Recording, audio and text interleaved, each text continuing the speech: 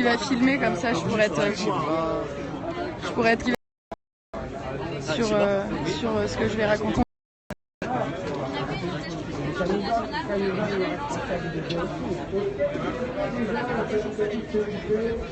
pense que vous pouvez déjà choper une deuxième chaise à mettre là pour quand vous serez tous les deux. Ah, il y a des chaises là. Voilà les coulisses de Radio Debout en direct sur Periscope. Vous voyez un peu toute la machinerie. Hein. Il y a du matos un petit peu. Avec 3 câbles et 2 mixettes, une table de mix et 2 ordi, on arrive à faire vivre Radio Debout. Voilà.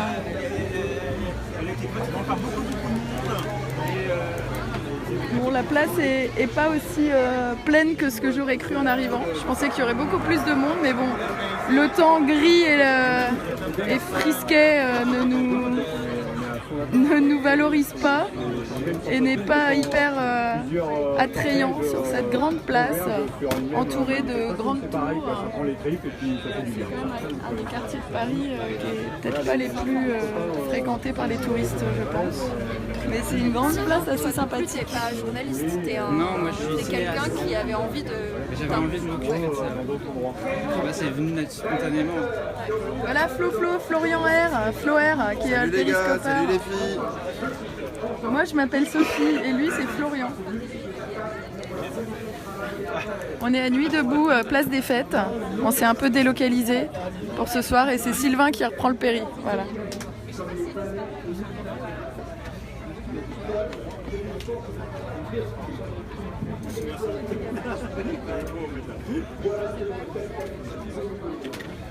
Allez, on balance des likes pour Radio Debout.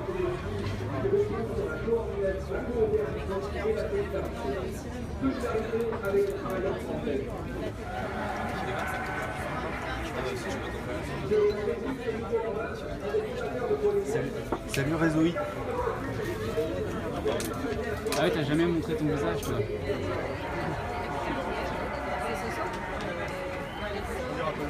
Bon là ils sont en train de régler un petit peu le programme de l'interview. Ça va être en 2 parties. On va parler des médias dans un premier temps et ensuite on parlera des pratiques de Periscope en manifestation.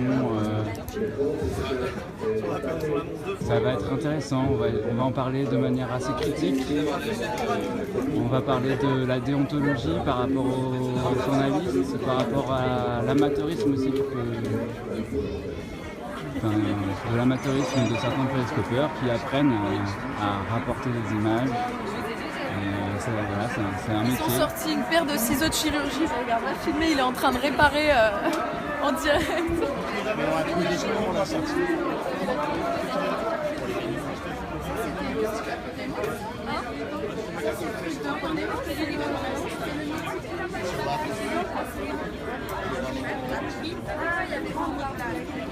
Oui, c'est vrai que ça représente un contrepoids médiatique, mais après il y a certaines pratiques qui peuvent être dangereuses pour les journalistes, qui sont journalistes, pour les manifestants.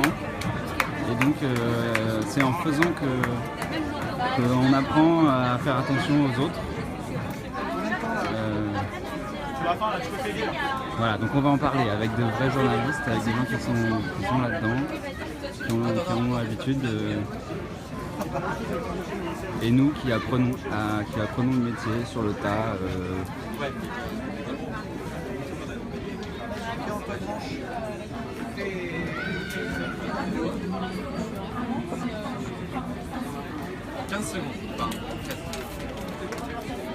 Et voilà, retour Radio Debout, place des Fêtes, en direct de la place des Fêtes, de Nuit Debout, place des Fêtes. Alors il y a quelques instants, on avait essayé de contacter Mohamed à quelques rues là, rue des Amandiers, au foyer pour travailler. Il vient arriver une marche partie aujourd'hui. On l'a retrouvé, c'est toi, Karim, qui va lui poser des questions. Mohamed, salut, tu m'entends? Est-ce que vous entendez la radio là? C'est super la technique, j'adore quand ça fonctionne. Voilà, alors vous êtes parti de la place de la République, vous êtes monté, vous êtes passé du 12e au 20e. Tu peux me raconter un petit peu pourquoi cette initiative? Bah écoute, l'initiative, on l'a concoctée dans l'espoir de faire monter une certaine population qui ne connaît peut-être pas la banlieue et rencontre les gens de Nuit Debout et différents collectifs sur une banlieue. lieu.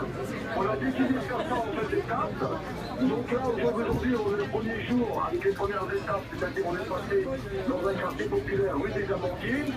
On a été soutenir une famille qui a perdu un enfant lors de violences policières également, la famille Yang. Voilà, qui a un non-lieu pour les forces de l'ordre. Hein, donc, je rappelle que troisièmement, c'est un jeune qui s'est retrouvé face à 10 policiers qui ont est mort.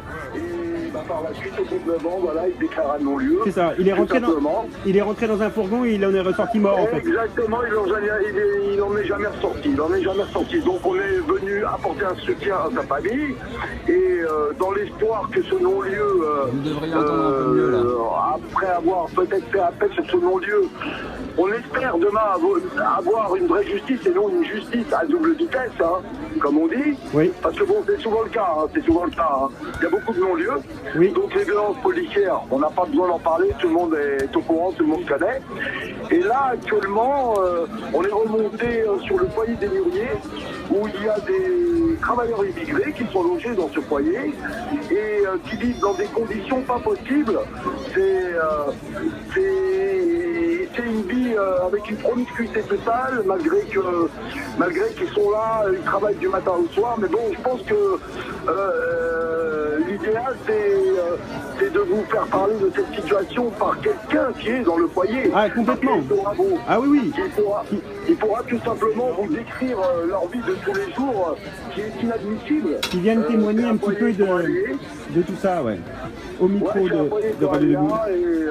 Donc, juste, attends, oui, je veux bien. Oui. Mais juste, j'ai 2-3 questions encore. Quand tu dis on, cette initiative, elle est menée par qui? Elle est portée par qui? Elle est portée par Nuit Debout? Elle est portée par... Écoute, elle est portée aussi bien par Nuit Debout que par le DAL-HLM, que par Spoutnik, c'est l'association que je représente, que par Banlieue Debout, portée par Faïma, que par notre police tue, portée par excuse-moi, j'ai complètement oublié son nom, mais voilà, elle est énormément représentative et je suis désolé pour elle d'avoir oublié son prénom. Et elle est portée par d'autres collectifs, CCIF, pas mal de collectifs. Hein. D'accord. Il se passe quoi devant le foyer en ce moment-là? Eh bien actuellement, il se passe devant le foyer qu'on a commencé à monter des tentes, il y a un rassemblement, il y a des prises de parole, et les locataires du foyer sont là. Allez. Ils sont énormément satisfaits du soutien qu'on leur apporte. Super. Voilà. Eh ben, si tu ils veux... sortent de l'anonymat. Ok, voilà. alors si tu veux bien me passer un résident du foyer, ça serait super. Merci Mohamed. Je tenais juste à préciser que la marche se fait en 2 étapes. Voilà, aujourd'hui la c'est suite la première demain. étape. Mais demain, la suite, c'est 14h, mairie des Lilas. Et après, on monte à Romainville. Et à Romainville, il y a un concert de HK et les Saltimbanques et une grande fête populaire. Et Romainville, c'est vraiment le quartier populaire. C'est une banlieue qui souffre énormément, qui est menacée d'une casse avec une épuration sociale qui veut mettre à l'extérieur des familles ouvrières. Tout ça avec la bénédiction de nos gouvernants qui sont à maintes reprises venus dans notre commune et sans daigner recevoir le moindre citoyen lambda ou locataire. Voilà. D'accord. Donc c'est 14h, mairie des Lilas, c'est ça? 14h à la mairie des Lilas, c'est bien ça. Puis après à Romainville, est-ce qu'il y a un rendez-vous à donner au cas où les gens ne pourraient pas se rendre à 14h? Romainville, terrain de basket, arrêt 129. Parfait. Arrêt 129. Entendu, voilà. Entendu. Eh bien à demain Mohamed. À demain. Et puis je viens voir un résident. Tout à fait, je te le passe de suite. Merci. Oui, bonsoir. Bonsoir. Alors, oui, bonsoir. Alors comment ça se passe? Qu'est-ce qui se passe pour vous aujourd'hui? Qu'est-ce qui se passe pour vous au quotidien dans ce foyer de résidents? Oui, bonsoir. Voilà, monsieur Jacquité l'appareil. Je vous parle parce que j'habite au foyer Mûrier. Oui. Poalia qui gère, c'est l'actionnaire de Poalia. Donc Poalia, d'après ce que nous avons compris, il n'est pas là vraiment pour nous loger. Il est là tout simplement pour nous remplir ses poches. Donc on est là, franchement on est mal logé, donc ils s'en foutaient de rien. S'il y a des travaux, si on le réclame, les travaux ne sont jamais faits. Les draps sont sales, donc on est tout le temps inondé parce que les égouts sont tellement petits. Oui, oui, je vous attends, on vous entend. On m'avait dit qu'il y avait d'énormes problèmes de sanitaire et d'inondation. Donc voilà, c'est un foyer neuf, mais tellement c'est mal entretenu, ils n'ont pas de techniciens pour s'occuper de ce foyer-là. Donc tout le temps on est dans les inondations, tout le temps on est dans les coupures de courant, et puis les loyers sont chers, donc nos draps sont sales, donc on n'arrive pas à faire ce qu'ils ne nous écoutent pas. Même la semaine dernière, on a été à leur tête pour manifester, mais ils s'en foutaient. Ils ne nous écoutent pas, donc ils continuent toujours à faire ce qu'ils veulent. Alors, justement, quelle pression vous pouvez mettre, quel levier vous avez en votre possession pour pouvoir leur mettre la pression alors? Voilà, aujourd'hui, nous, comme il y avait la nuit debout qui est venue, donc on pensait vraiment qu'il faut nous soutenir. Donc on est content aussi de notre présence ici. Donc on est là vraiment pour combattre ce problème ensemble. Donc voilà quoi, donc nous c'est le seul moyen qu'il faut le faire, donc nous en train de le faire. D'accord, bon, eh bien c'est très bien ce genre de pont qui peut se faire dans ces moments-là, je pense que c'est nécessaire, il n'y a que comme ça que ça peut fonctionner. Qu'est-ce qu'on peut vous souhaiter là dans l'immédiat? Là, tout simplement nous souhaiter, nous encourager, et puis voilà quoi, de continuer, de ne pas baisser les bras. Ok, et bien voilà, on est là, on nous a tendu l'antenne, on est super content de vous avoir, donc vous souhaite plein de courage et on continue à garder le lien. Merci, bonsoir. Bonsoir.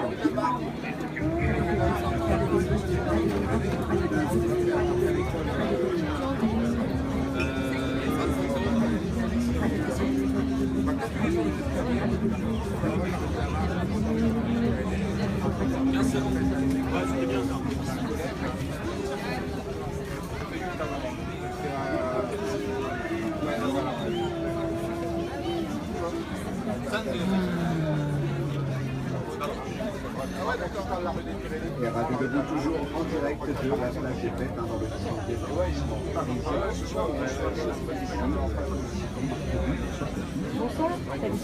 Et c'est Anna qui va nous accompagner tout au long de cette interview en co-animation. Hello. Alors peut-être on peut commencer par te présenter, Sophie, hein, la commission Média Debout, c'est quoi exactement? Alors la commission Média Debout, elle a pour but d'essayer de réunir les précaires qui travaillent dans les médias, que ce soit des journalistes, des reporters, des cadreurs, des techniciens, parler de la précarité de ceux qui font les médias et notamment les mass médias, à savoir la télévision, voilà, BFM, ITV, France TV, TF1. Le but c'est d'essayer de les encourager à se questionner sur leur métier, sur la déontologie de leur métier, sur leurs conditions de travail qui souvent favorisent un travail un peu bâclé parce que les conditions de travail sont de plus en plus précaires. Ils doivent travailler de plus en plus vite dans l'urgence. On leur demande aussi souvent d'orienter un peu leur contenu de façon à répondre à une ligne éditoriale qui n'est pas toujours déontologiquement neutre et qui permet en fait à certains médias, on va le dire, de faire de la désinformation tout simplement. Et on y reviendra d'ailleurs avec des exemples très concrets, notamment dans le cadre de Média Debout. Peut-être juste une première question, les gens qui participent à cette commission, ce sont des acteurs eux-mêmes des médias, des journalistes, des gens qui travaillent dans ce monde-là? Oui, alors il y a un peu de tout, il y a des étudiants en journalisme, il y a des JRI, des journalistes reporters d'images, il y a un romancier, il y a des écrivains, il y a tout un tas de gens en fait, qui s'intéressent au monde des médias. Il y a également des gens qui sont proches d'Acrimed par exemple, qui est un organisme qui s'appelle Action pour la critique des médias et qui est assez connu pour avoir dénoncé, pour faire une veille envers les médias. Voilà. Il y a également tout un tas de gens simplement intéressés par cette question, puisqu'on ne le dit pas assez, beaucoup de gens n'ont pas conscience du pouvoir qu'ont les images et les médias sur l'opinion publique et comment elle influence même insidieusement nos esprits et nos opinions en fait, souvent à notre insu. Voilà. Mais les gens qui rejoignent la commission, on peut imaginer qu'ils sont déjà assez sensibles à cette question. Est-ce que vous ne devez pas agir au-delà et justement aller au contact des autres journalistes, ceux qui n'en prennent pas forcément conscience, qui passent au-dessus de ces éthiques-là? Tout à fait. En fait, pour l'instant, on a fait un peu un travail de prise de contact. Moi, je suis allée à la rencontre des équipes de TF1, de BFM, de télé. J'ai pris certains contacts en essayant de les sensibiliser à cette question. Beaucoup m'ont dit que ça les intéressait énormément, qu'ils étaient tout à fait conscients du problème, que beaucoup d'eux sont conscients de ça et sont en souffrance de devoir travailler dans ces conditions-là. Et sont bien conscients que ils sont pieds et poings liés. Malheureusement, ils sont souvent muselés parce que voilà, ils savent que s'ils dérogent à la règle, s'ils ouvrent leur gueule, comme on dit, s'ils dénoncent un peu les faits, ils risquent tout simplement d'être virés puisqu'ils sont précaires. À partir du moment de terrain sont souvent les journalistes, voilà. Et donc en fait des journalistes qui n'ont pas de contrat en fait de CDD ou de CDI, et donc ce sont les plus précaires. Et puis souvent les journalistes de terrain viennent filmer et donnent leurs images aux rédactions et n'ont pas du tout la main sur le montage et sur la ligne choisie en fait, sur la ligne éditoriale. Donc elles peuvent être commentées, elles peuvent être coupées, montées de façon à parfois déformer totalement la réalité du terrain, enfin peut-être pas totalement non plus, mais en tous les cas être orientée de façon à pas forcément de donner un avis, l'avis qu'aurait pris le JRI de pigiste sur le terrain. Du coup, ça pose complètement la question de la responsabilité du pigiste dans cette situation-là, dans le sens où son travail, ses piges sont en jeu, il peut perdre son travail. En même temps, il est conscient de ce qui va se passer avec ces images et qu'il participe à un schéma de désinformation qui est à la base en désaccord. Voilà. Comment se situer là-dedans et surtout, si tu me dis qu'il y a tellement de journalistes qui en sont conscients et qui sont inquiets et qui sont mal, comment agir pour que ça change Là, on va essayer de les réunir, déjà de leur parler, de leur dire qu'on est là et qu'il y a moyen, si on se met tous ensemble, peut-être de faire des actions pour interpeller les chaînes, les dirigeants de rédaction.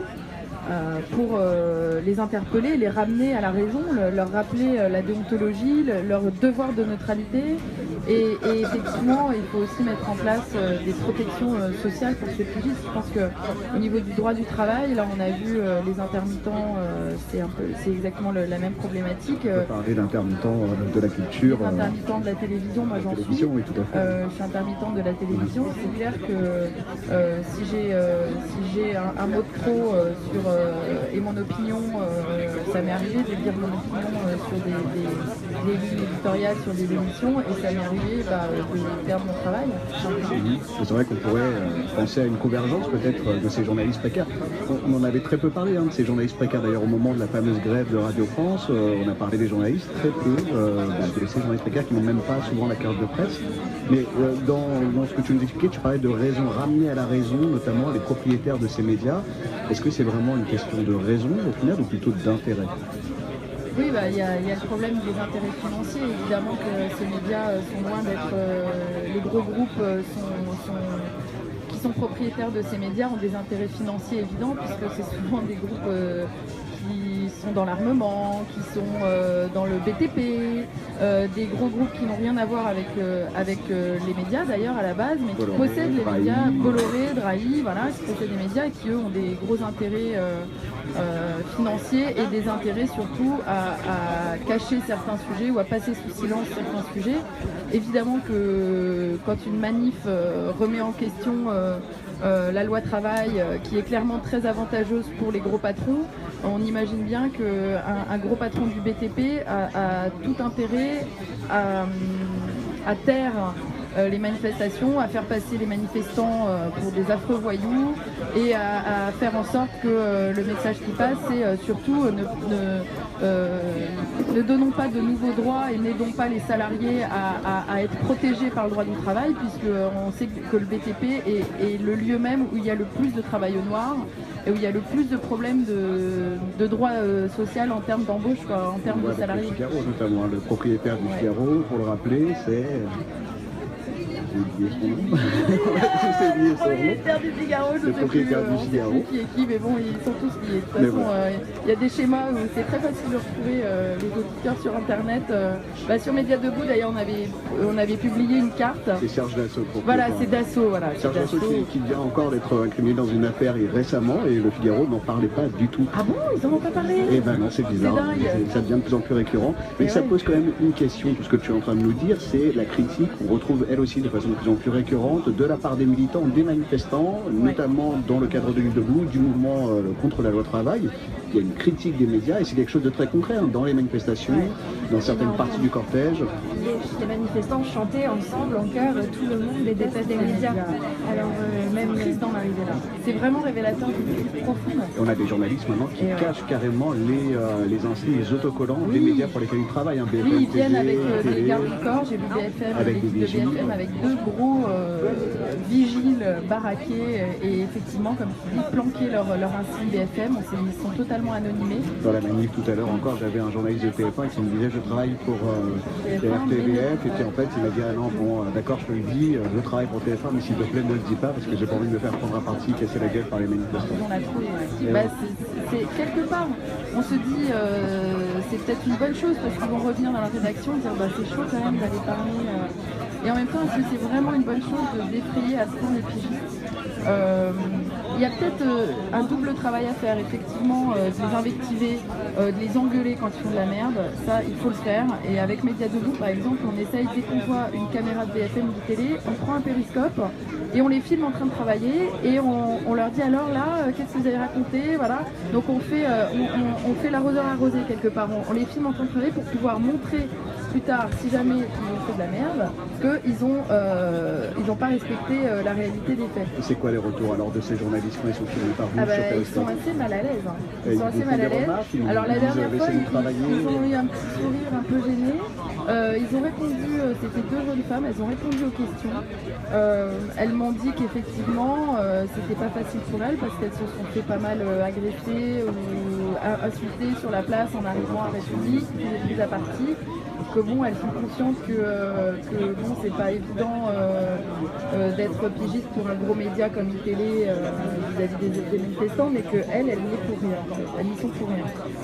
C'est un discours de désengagement quand même. Bah oui, c'est moi qui fais l'image. Ah oui, non, mais la précarité, c'est une chose, mais il y a aussi les journalistes précaires qui refusent de travailler pour ces médias-là, en connaissance de cause, en disant on va rester précaire, mais en même temps, on est journaliste, notre travail, c'est de rapporter des faits. Et c'est vrai que si on commence à travailler pour certains médias en particulier, en fait, notre travail va être altéré et c'est aussi notre intégrité qui est mise en cause.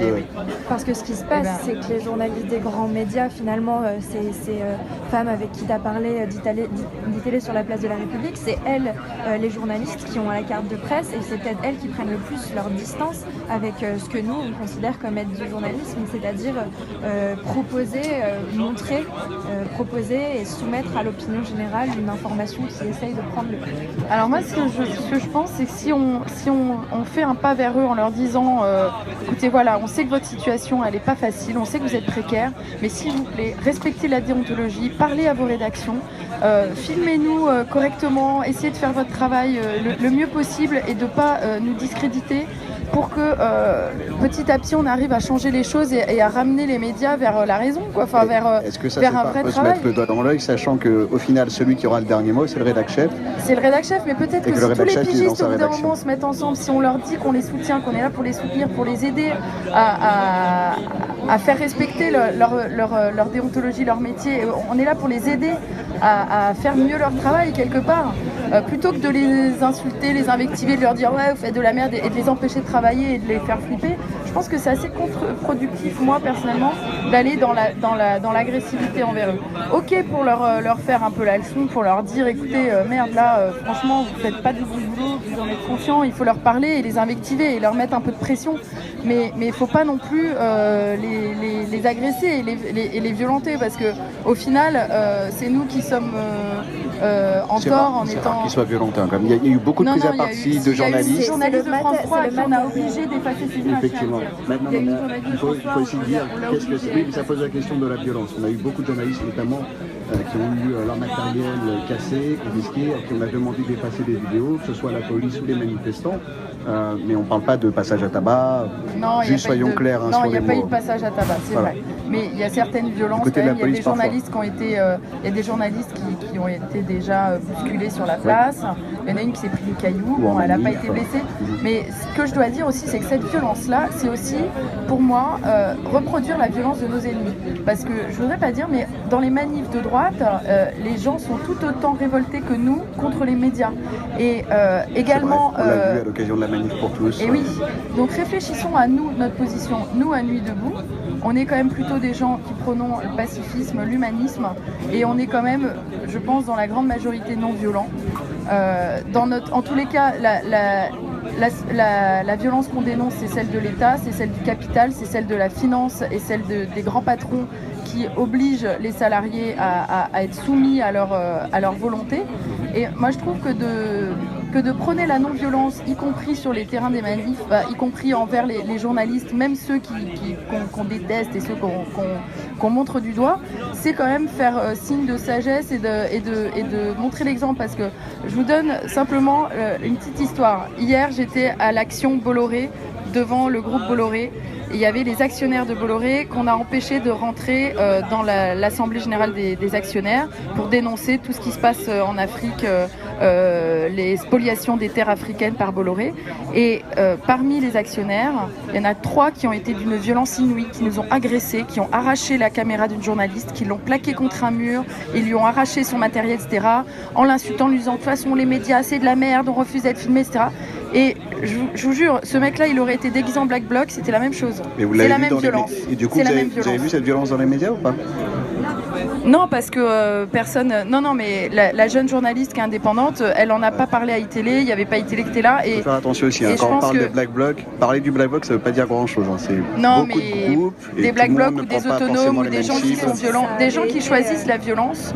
Pour moi, choisir la violence, c'est déjà faire acte de faiblesse morale. Mais si ça avait été un autonome qui avait agressé la journaliste, on en aurait entendu parler. Oui, peut-être la différence. Oui, sûrement, mais là, il y avait personne. Non, mais en l'occurrence, Mediapart va en parler. Parce que ce qui s'est passé avec cette jeune journaliste, elle va porter plainte et ça va faire du bruit. Et on va tout faire pour que ça fasse du bruit. Et Média Debout soutient d'ailleurs cette jeune journaliste. On va faire en sorte que ça sache que des actionnaires de Bolloré ont agressé une journaliste indépendante au point qu'elle était complètement terrorisée et ils lui ont détérioré son matériel. Et voilà, le service de sécurité même de Bolloré a dû la protéger de ces 3 actionnaires complètement... Il y a une autre journaliste, je crois, dont vous avez bientôt parlé, une journaliste qui travaillait avant pour Le Soir, le quotidien Le Soir, qui était correspondante en Égypte. Ok, ouais, Vinciane Jacquet, elle rejoint les équipes de Média Debout, parce que Vinciane, elle a eu le courage d'être lanceuse d'alerte, elle a eu le courage de dire à la rédaction du Soir, écoutez, je refuse d'orienter l'information autrement que dans le factuel en fait. Elle voulait faire un rapport très factuel de ce qui se passait dans le cadre du crash. Il y avait un crash de l'avion du vol Air France qui s'est crashé, donc Paris-Le Caire. Et donc sa rédaction, la rédaction du Soir, lui a demandé de faire un papier sur les familles et sur les conditions du crash. En fait, ils ont demandé exactement, voilà, ils ont dit, va plutôt faire ton papier sur la douleur des familles, donc dans quelque chose d'émotionnel, montrer les larmes des familles, voilà. Et également de faire, de questionner Égyptaire sur la sécurité, les normes de sécurité qu'ils avaient mis en place. Et en fait, elle a refusé de le faire tout simplement. Déjà, elle n'avait pas eu accès aux familles, elle n'avait pas pu leur parler.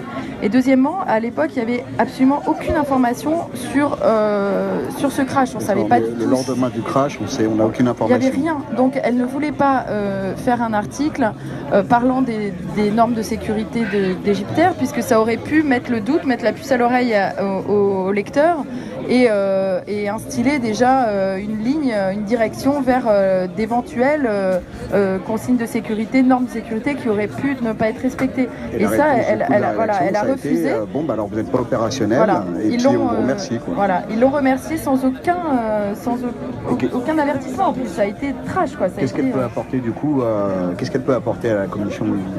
Montrer justement la précarité et comment c'est difficile parfois pour les journalistes de pouvoir avoir une liberté d'expression, une liberté de ton et surtout une liberté de pensée. C'est-à-dire qu'elle était sur le terrain, sa rédaction était à Paris, ils auraient dû lui faire confiance à elle qui était allée à l'aéroport, qui avait vu l'ambassade de France, qui avait été chercher toutes les informations possibles. C'était elle qui avait le savoir du terrain. Donc c'était elle qui devait pouvoir être capable de dire oui ou non, on peut dire ça ou ça sur ce crash. Et là en l'occurrence, sa rédaction a voulu clairement orienter l'information et elle a dit non. Et pour avoir dit non, elle a été remerciée du jour au lendemain et sans même discussion possible. Et ça, c'est juste inacceptable en termes de liberté de la presse. C'est vraiment révélateur du malaise et de ce qui se passe et des dysfonctionnements actuels. Et quand tu disais tout à l'heure que du coup vous vouliez aller à la rencontre des journalistes et leur faire saisir la situation dans laquelle ils étaient s'ils ne sont pas totalement toujours conscients pour peut-être que ça change au sein des grandes entreprises médias, sauf qu'on sait à qui elles appartiennent et on sait que si quelque chose y change là-bas, c'est que les grands patrons sont d'accord. Alors est-ce que plutôt à l'appui, avec l'aide de personnes comme Vivienne, vous pouvez pas, Médias Debout, ce serait pas intéressant d'aller proposer autre chose pour les journalistes, aller les voir et leur dire n'ayez pas peur de dire non et de quitter vos entreprises médias, de désalimenter ceux qui font de la désinformation et essayer de votre côté de créer...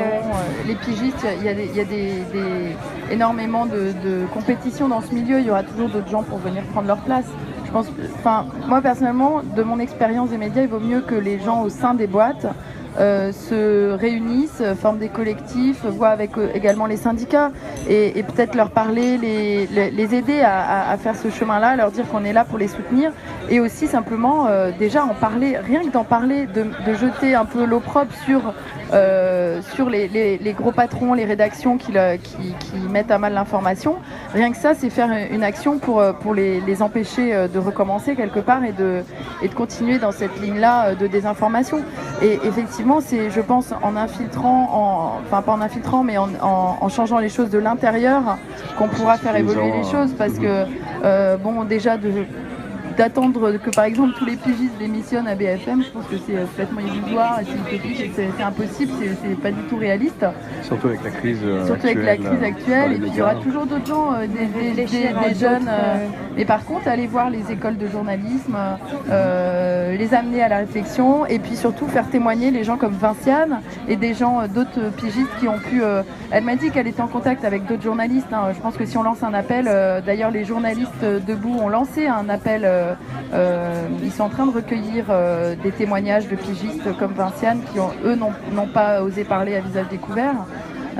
Mais en tous les cas, si tous les pigistes osaient parler à visage découvert, si vous m'entendez parmi les auditeurs, si tous les pigistes osaient dire les choses, comment ça se passe, témoigner de ce qui se passe, et lever le voile tous ensemble, je pense qu'il y aurait beaucoup moins de risques pour eux d'être blacklistés, d'être écartés des rédactions. Surtout, ça obligerait les rédactions à tenir, il faut jeter l'opprobre sur les malfaiteurs des médias, quoi. Ouais, c'est façon de travailler. Mais alors justement, est-ce qu'on peut leur donner, je sais pas, un site, des réseaux sociaux sur lesquels ils peuvent venir se renseigner un peu sur votre démarche, peut-être assister à vos réunions et pouvoir vous rejoindre? Oui, alors carrément, il y a Médias Debout sur Facebook, il y a Médias Debout sur Twitter. C'est simple, Médias, donc avec un S, debout. L'adresse mail, c'est médiasdebout Paris, donc média avec un S, debout, Paris, @gmail.com. Ça, c'est l'adresse mail. Et puis, on est présent régulièrement sur la place et vous pouvez aussi nous contacter par Facebook.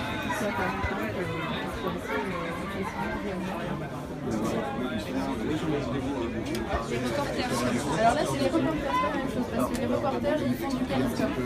On est là. Vous avez expliqué d'ailleurs, il faut vous le dire, chers auditeurs, on est actuellement sur Périscope. Sur Périscope, cette émission en direct. Par les reporters de... Oui, en fait, on a fait un PJ en direct, on fait plein de périscopes de toutes sortes de sujets. Et là, on fait périscope en direct de Tunis, il faut y aller voir sur Périscope. c'est sur le site Mini Paris.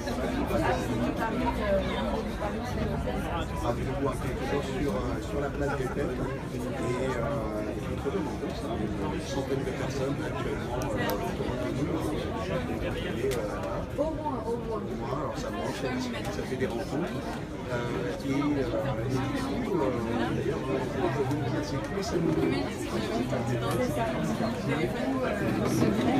On va refiler le Perrier de Sophie.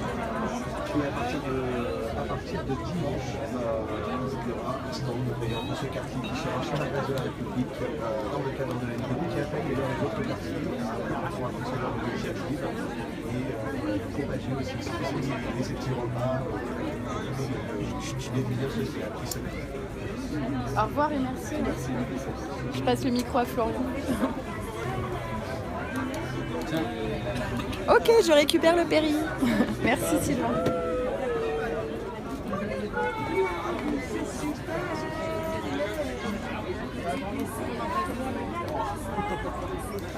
On est en direct pour ceux qui nous rejoignent sur Radio Debout.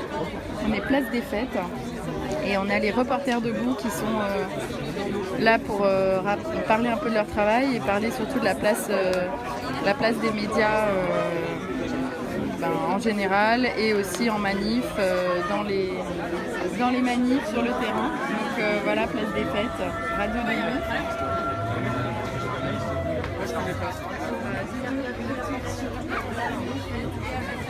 On est avec Tristan et on continue. Tout à fait.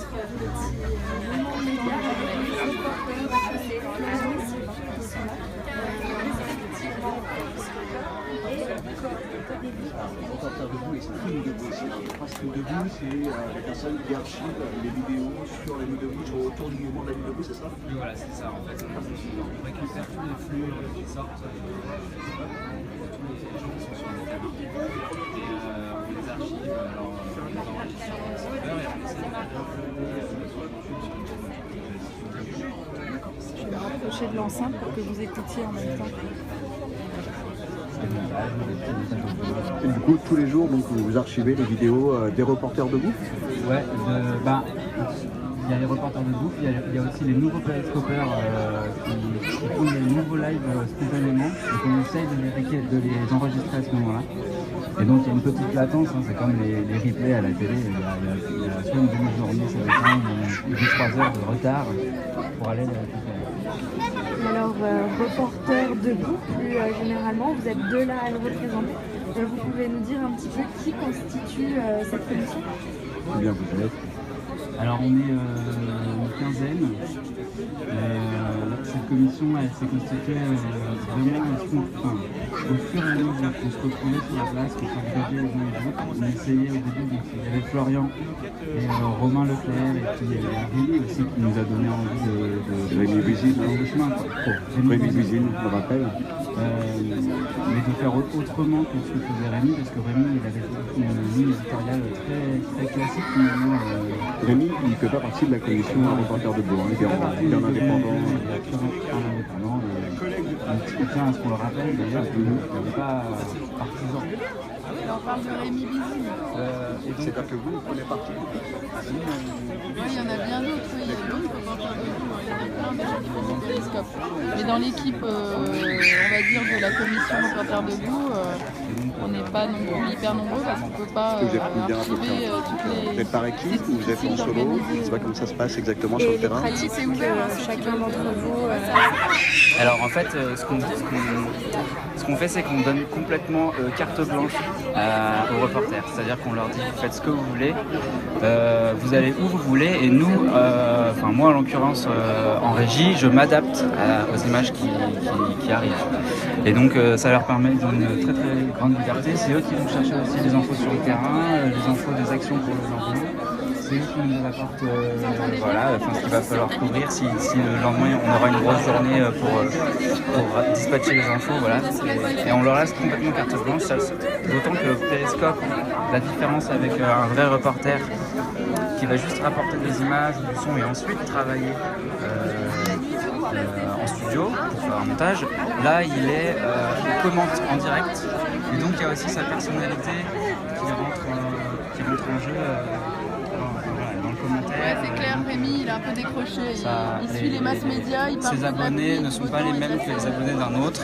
Et donc, il y a une relation qui se crée entre Il a peut-être été un peu accusé d'être trop nuit deboutiste.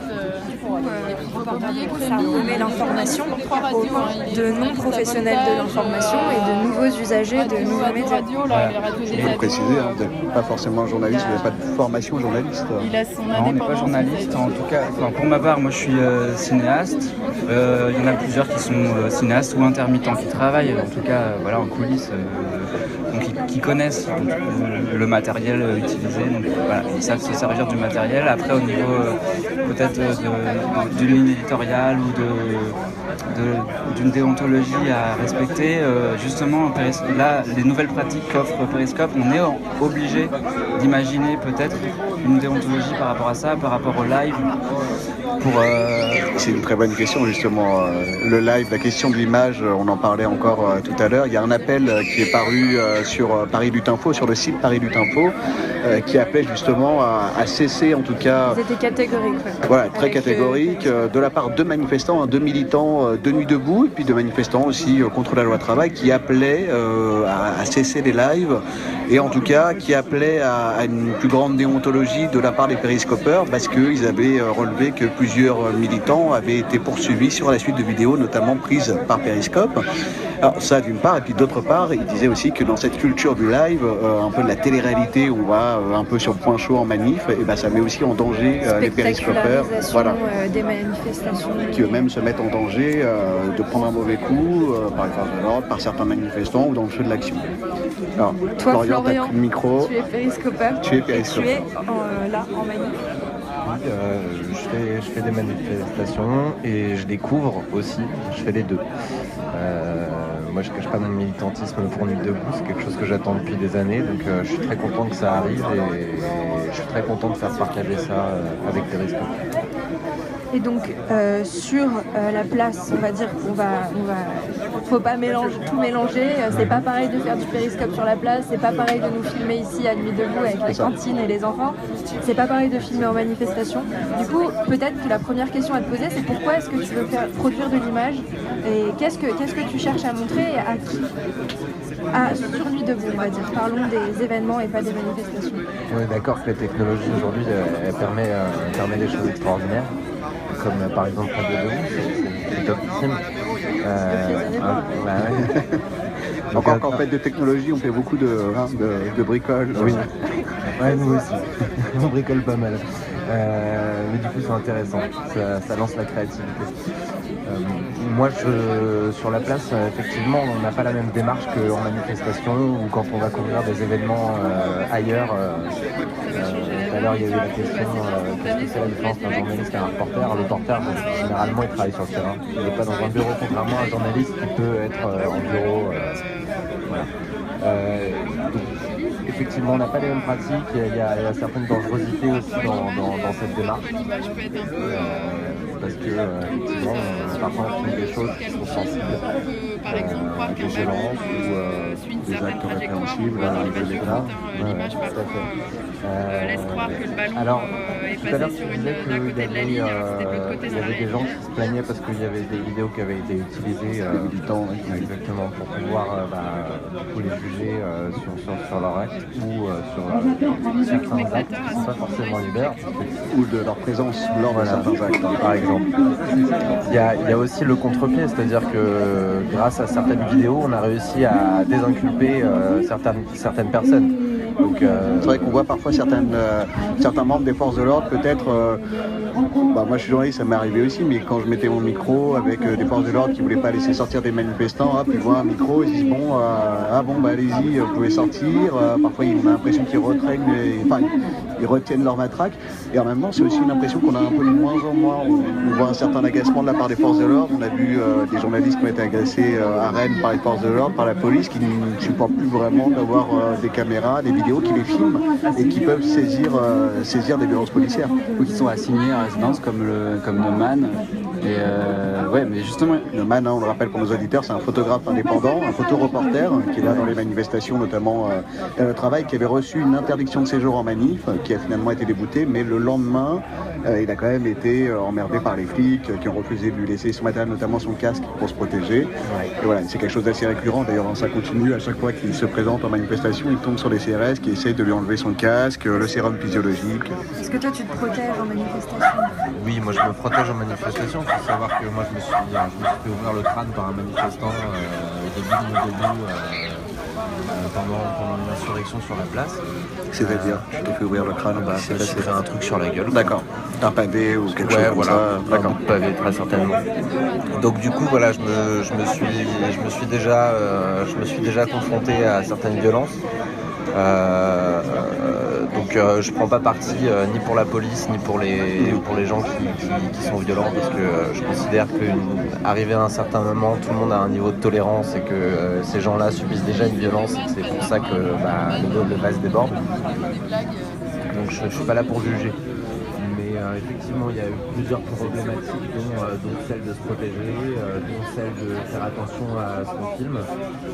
Et justement, tu comprends, toi, que tes vidéos puissent mettre en danger des manifestants? Tout à fait. Mes vidéos, ça pose aussi la question de la priorité. Est-ce que c'est plus intéressant d'avoir des vidéos qui parfois peuvent empêcher les violences policières, ou est-ce que c'est pas tellement risqué qu'il ne faut pas mieux arrêter carrément de filmer en live? C'est un peu ça. Vous pouvez protéger et vous pouvez mettre en danger. Comme le statut des JRI en général, c'est-à-dire que c'est un statut hyper précaire, on parle beaucoup des intermittents. À la différence que les GRI qui sont journalistes, ils peuvent flouter par exemple des visages sur leur vidéo, alors qu'avec un live du Periscope, c'est du live, on ne peut pas flouter. Même si certains JRI se mettent au live aussi. Alors du coup, c'est vrai que moi, au début, je filmais beaucoup et tout. Je faisais des vidéos parfois de 4-5 heures quand je le pouvais, sans coupure, parce que c'est très important d'avoir un stop comme ça brut d'image et son. Ça permet justement de retransmettre les infos sans passer par un rédac chef ou une ligne éditoriale, mais surtout efficace au niveau de la vérité. Et alors du coup, justement, cette question de la mise en danger des militants, parce que ça occasionne aussi, il faut le dire, des remarques, des réactions, parfois de la part des militants eux-mêmes, qui sont un peu énervés, voire très énervés parfois, et qui chahutent. Alors on note quand même cette différence, que certains journalistes ou périscopeurs, parfois, encore que les périscopeurs, du coup c'est un peu plus délicat, quand ils viennent prévenir les manifestants, il n'y a pas forcément la même réaction que quand les journalistes se ramènent avec une caméra, ou même des parfaits inconnus avec leur caméra pour saisir des images, parce qu'ils considèrent que c'est aussi l'histoire qui est en train de se dérouler sous leurs yeux. Et il y a des manifestants qui viennent et qui leur disent non, filme pas, parce que ça remet en cause notre sécurité, qui aussi quelque part c'est un peu l'intimité des gens qui est violée d'une certaine façon en manif. Alors, toi, par exemple, pour toi, du coup, non, la question se pose ou... Alors moi, la question se pose. En fait, moi j'ai commencé surtout pour un peu montrer ce qui se passait à Nuit debout et avoir des archives de ce qui se passait. Parce que c'est hyper important qu'on ait un maximum d'informations sur comment ça se passe. Pour que chaque partie c'est important. Donc c'est surtout pour ça que je commençais à périscoper en fait. Parce que j'ai un groupe aussi sur Facebook où je balance pas mal d'infos et du coup au début j'ai commencé sur Facebook Live en fait. Donc tu as déjà fait des remarques à toi directement pour te demander d'arrêter de les filmer, de filmer les gens? Donc au final, au bout d'un moment, il y a des gens qui sont quand même venus me voir de manière récurrente. C'est arrivé pendant une bonne semaine comme une prise de conscience collective. C'était assez intéressant à voir. En me disant que je fasse attention à ce que je fais. Quand j'entends des créneaux avec journalistes, ce genre de choses qui sont un peu choquantes au début parce que c'est des gens qui sont très stressés. Donc quand ils parlent, ils sont un peu agressifs, mais parfois sans le vouloir. Il ne faut pas le prendre personnellement et il ne faut pas le prendre mal. Il faut prendre un peu de recul et comprendre pourquoi ils viennent nous faire. Moi je suis passé de grand film dans les casseurs. à la nuit. Mais en fait, ce qui s'est passé, au début, quand c'est filmé justement des grandes portions, pour la danse et mais quand il y avait des manifestations sauvages qui démarraient de la place de la musique, on a constaté qu'il y avait au niveau des replays sur le téléphone, il y avait sur le site, les moments un peu chauds, ça coupait, il y avait des trucs présents en replay. On s'est posé la question de